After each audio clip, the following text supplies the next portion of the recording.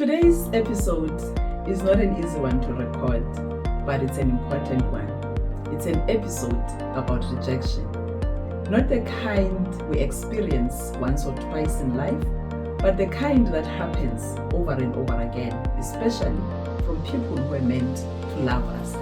I'm calling this episode The Bruises of Rejection, because rejection doesn't always look like a wound you can see, but it leaves a mark on your heart, on your identity, and on the way you move through the world. Rejection is one of the few wounds that can exist without a visible scar.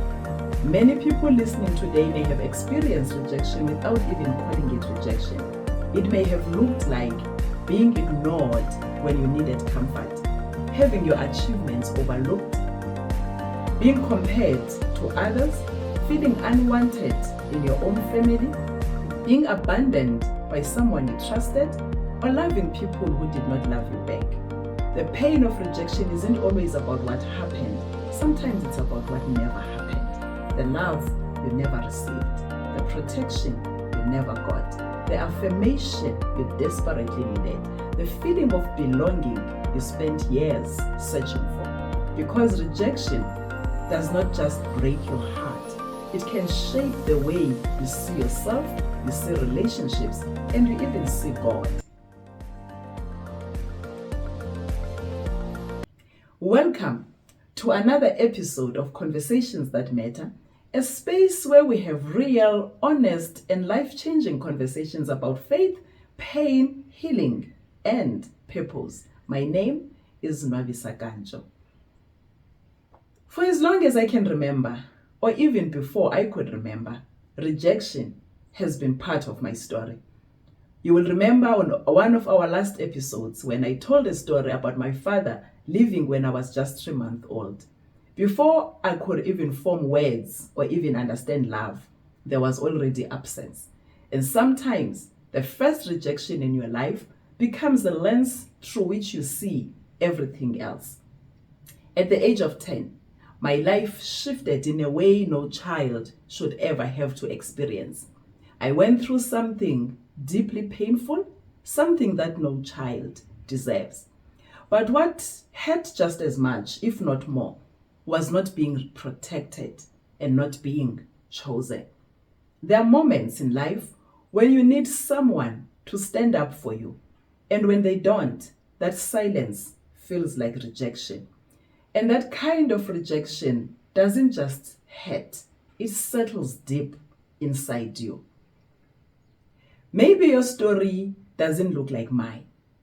Perhaps your father stayed physically present but was emotionally absent. Maybe your mother loved you but never knew how to show it. Maybe you were bullied, maybe you were betrayed, maybe you were abandoned, overlooked, or even constantly criticized. The details may be different, but the feeling is often the same. The feeling of not being chosen. And when that feeling repeats itself, it begins to leave bruises on the soul. Not because something is wrong with you, but because all human beings are wired to seek connection, to seek love, and to seek belonging. When rejection happens over and over, especially in childhood, it can shape how you see yourself. You start to believe, maybe I'm not enough. Maybe I'm too much. Maybe love just isn't for me. But here is what I'm learning. Rejection is not always a reflection of your worth.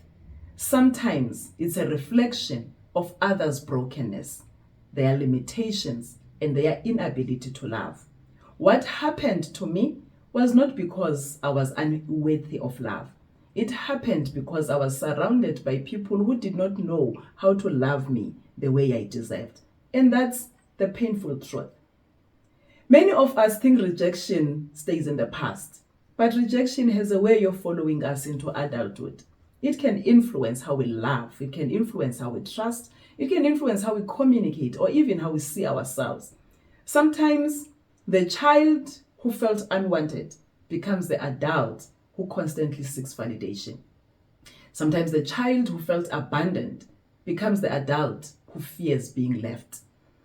And often without even realizing it, we spend years trying to earn the love we should have never had to earn. One of the common responses to rejection is the trap of overcompensation. You begin believing that if you give more, if you sacrifice more, maybe if you perform more, if you fix everyone, if you rescue everyone, if you never disappoint anyone, then you will finally be loved. But love that must constantly be earned never feels secure. So you find yourself over-explaining, over-giving, over-apologizing, and even over-functioning. You work harder for the relationship than the other person. You carry emotional burdens that don't belong to you. Not because you are weak, but because somewhere deep inside, rejection taught you that you must always prove your worth. The danger of overcompensating, though, is that in trying so hard to keep others, you can lose yourself. You become so focused on being wanted that you stop asking, am I valued? As I give more, as I perform more, as I sacrifice more, am I being valued? You become so focused on being chosen and you stop asking, is this relationship healthy for me? Is over-explaining, is over-apologizing healthy for me? People who fear rejection often tolerate disrespect, they often tolerate emotional neglect, they tolerate one-sided relationships, and they tolerate manipulation and poor treatment. Not because they enjoy suffering, but because losing the relationship feels more painful than losing themselves. You'd rather lose yourself than to lose the relationship. That is one of the deepest wounds rejection leaves behind. It teaches us to abandon ourselves before someone else can abandon us. You abandon yourself and focus more on pleasing others with the hope that they will choose you, that they will stay. Healing from rejection is possible, but it is not something that happens all at once. It's not about pretending that the pain didn't exist. It's not about forcing yourself to move on. It's about slowly, intentionally, and gently rebuilding relationship with yourself. You first love yourself and accept yourself, knowing your worth before expecting others to love you, before expecting them to accept you, and before expecting them to value you. You put that price tag on yourself. Healing from rejection is about questioning and challenging the lies you were taught and replacing them with the truth. Healing begins when you realize that not every relationship needs to be saved. Not every person's approval needs to be won. Not every rejection needs to be reversed. Sometimes healing looks like letting people live. Sometimes healing looks like setting boundaries. It looks like accepting that closure may never come. And sometimes healing looks like finally giving yourself the love that you've spent years searching for from everyone else. Healing begins when you start understanding that rejection is a wound, not your identity. What happened when people rejected you is something you carry, but it is not who you are. Healing begins when you start understanding that you can choose yourself, even if others don't. There comes a point where you stop waiting to be chosen and you begin choosing yourself. Healing begins when you start understanding that speaking your truth is not betrayal. Standing up against abuse is not betrayal, it is courage. Even if people walk away, that is still okay. Healing begins when you start understanding that you are allowed to redefine love. Love doesn't have to look like what hurt you. It can be safe, love can be gentle, and love can be real. Healing begins when you start understanding that you do not have to earn your worth. Healing is simply remembering what rejection made you to forget. Your worth existed before rejection. Your value existed before abandonment. Your identity existed before betrayal.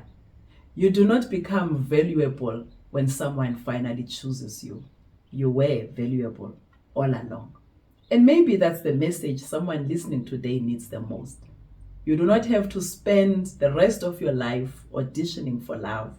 You do not have to perform for acceptance. You do not have to shrink yourself to keep people comfortable. You do not have to carry the burden of proving your worth. The people who rejected you were part of your story. They are not the authors of your future. If you are listening to this today and you have experienced rejection, whether from a parent, whether from a partner, family members, or people you trusted, I want you to hear this. You are not hard to love. You were just not loved properly.